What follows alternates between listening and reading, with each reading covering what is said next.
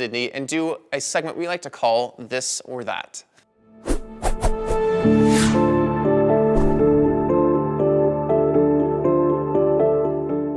CT, and sometimes I find myself being like a pretty good passive player, so I like being able to hold angles individually, and being on the CT side allows me to do that.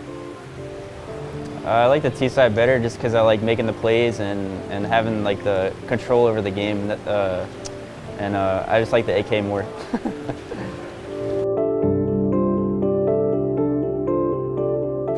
Playing on my own. I'm not the biggest fan of streaming, and I prefer just like put my hours into DMing and focusing on myself. I prefer to play on my own just because when I stream I don't get too many viewers, so it's kind of disappointing, but I also like just focusing on my own game and not having people critique every single thing I do, so I like to just focus on my own game.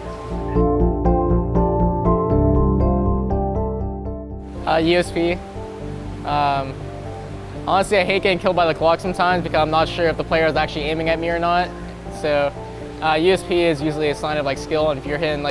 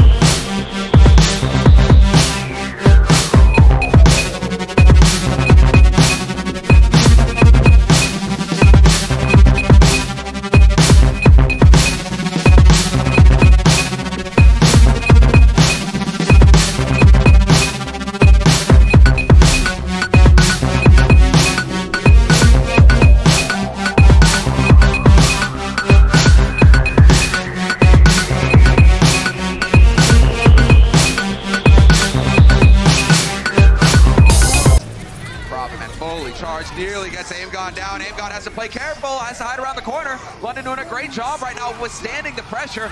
Notion with the trance, Nuss with the sound barrier, and now the counter grab gets brought in. Boston will eventually get overwhelmed, and we're into overtime now. London Spitfire, they have to win this fight. It's looking like it's gonna go their way. They will be taking the first map of this series. Such patience from Gesture there during that fight. They grab, they have everybody, they know it's a one fight, but Gesture waits, because he's at a quarter health, waits to get healed up, and then says, now I can fight. He tries to charge in before that, he probably dies and they might lose that fight. But just knowing where the rest of your team is, London looks like the London we expect. 31 kills for London, 12 for Boston Uprising. Second map of this series, Boston are gonna have to figure out how to flip those numbers and start having more of an impact on the map.